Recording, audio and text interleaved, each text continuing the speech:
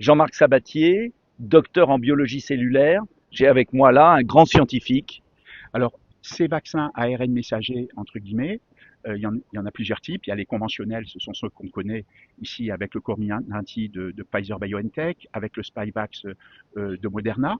Mais il y a ici les vaccins à ARN messager auto-amplifiants, transamplifiants et à point quantique de graphène qui sont donc en développement. Alors là, le problème, il vient du fait que quand on injecte deux personnes différentes avec la même quantité d'ARN messager, ces personnes ne vont pas nécessairement produire la même quantité d'antigènes. Hein.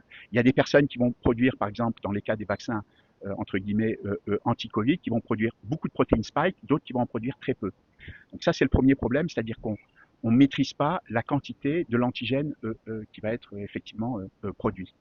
Après, la deuxième chose, c'est qu'on ne maîtrise pas la demi-vie et la biodistribution des ARN messagers. On ne sait pas où ils vont. Ils restent pas dans le muscle deltoïde, en tout cas.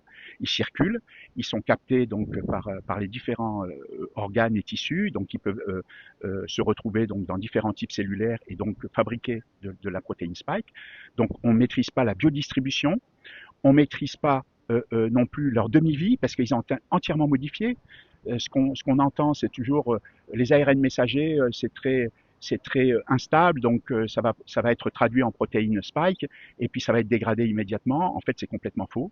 La demi-vie de ces ARN messagers qui ont été entièrement modifiés est très très longue. Elle dure des mois.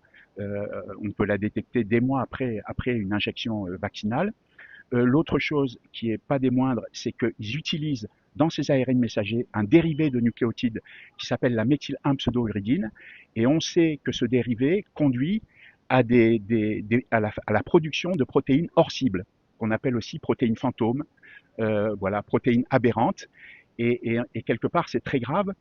Pourquoi? Parce que lorsqu'on va vous injecter cet ARN messager qui va contenir une multitude de dérivés méthyl-1-pseudouridine, par exemple, un ARN messager conventionnel contre la Covid, c'est à peu près 4300 nucléotides.